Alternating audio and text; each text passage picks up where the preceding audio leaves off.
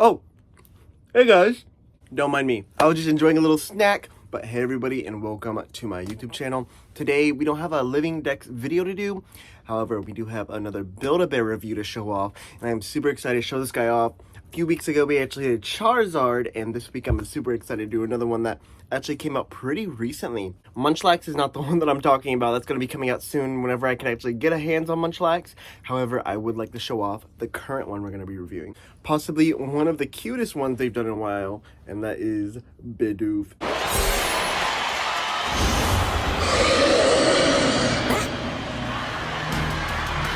And oh my goodness, Gen 4 Pokemon getting love? What?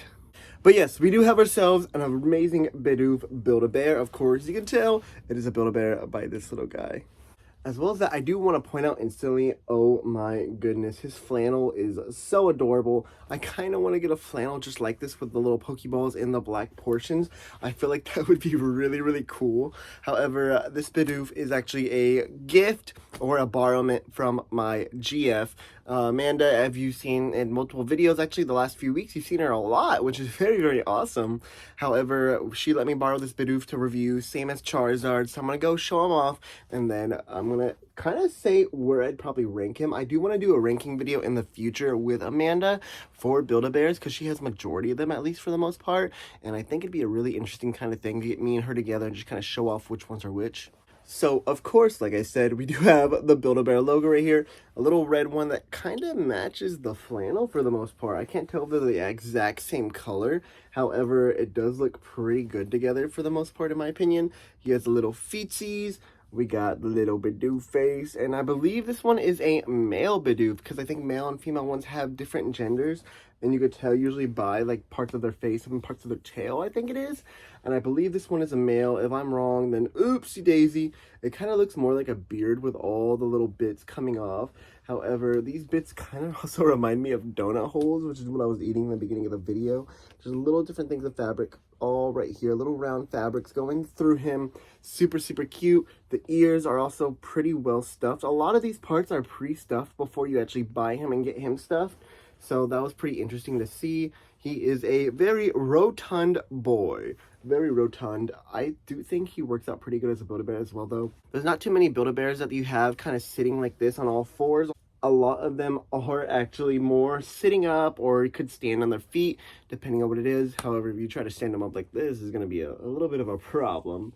So I think we're not going to do that for now, but still super, super cute. They were able to give another four-footed one. You don't see too many of them, except if they are in Pokemon themed, like the Growlithe that I have right here. He is also four-footed. They have Sprigatito, just different ones like that. So it's pretty interesting to see another little four-footed beast. Now, before we show off more of this, I do kind of want to show off his little flannel that I'm super excited to talk about. Let me take it off and we'll talk about it. So here is the flannel, and I can't tell if this would fit on any just regular Build-A-Bear because it is kind of wide, and I feel like it just kind of goes for Bidoof.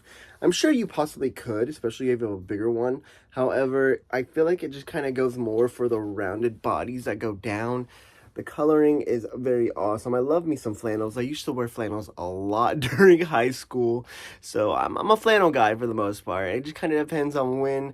Recently I've been out of flannels. However, when it gets cold again, I might have to pull it off and grab some more flannels. We just might have to see. I do love flannels though. So seeing a little flannel on Bidoof just makes me think of Lumberjack. And of course, I'm pretty sure that's exactly what they were trying to go for, with Bidoof being a, well, wood stomping chomping monster. I feel like it fits him perfectly. Here's his little naked body without it, which honestly I feel with the shirt just kind of makes him feel a little bit better. You could of course have just a regular Bidoof like this. However, I do think the shirt kind of adds to it more than some other ones.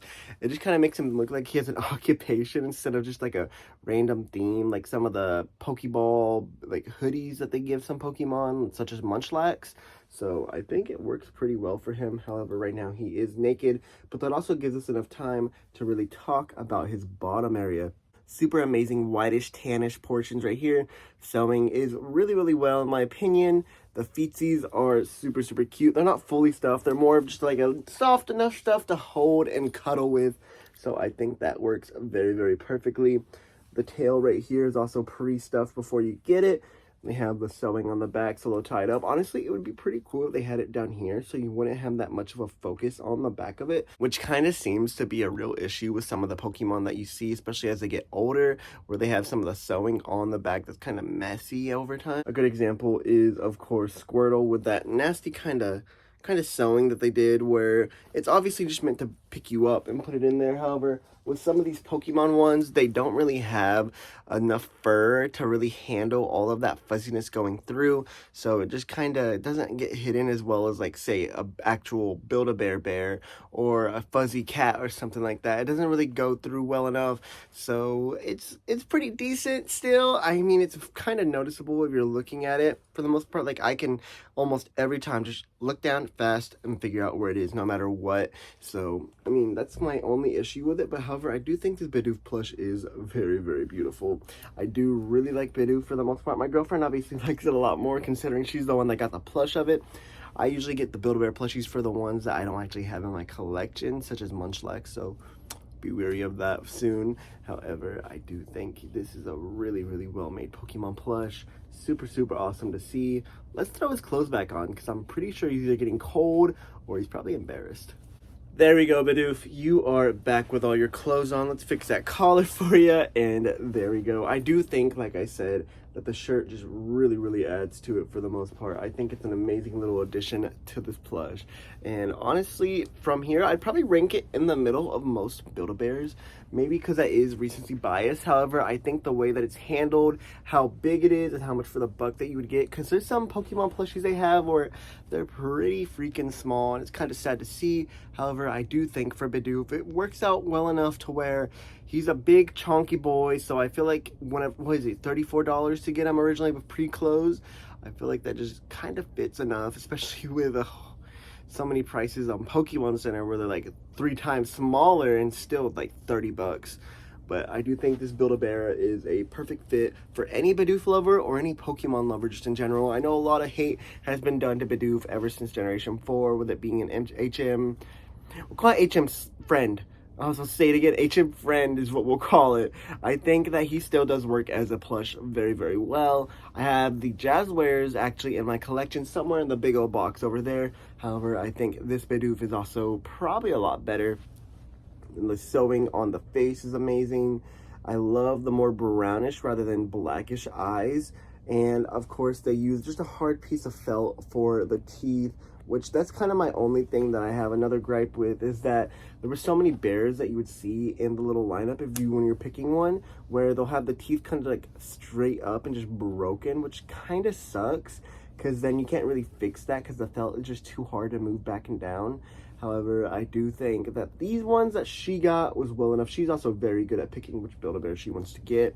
We spent like 5 minutes one time trying to pick out, I think, the perfect Sylveon or the Mimikyu or something. I can't remember for the most part.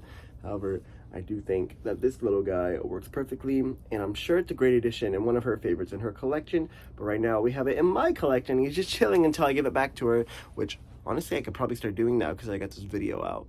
But yeah, guys, what do you guys think about this beautiful Bidoof? If you guys have it in your collection, I would love to know. I'd also love to know your opinion on Bidoof. That's going to be the question of the day. Please let me know. But I think that's going to be it for me, guys. I hope y'all enjoyed, and I'm just going to head out. So I'll see you guys next time. Peace out.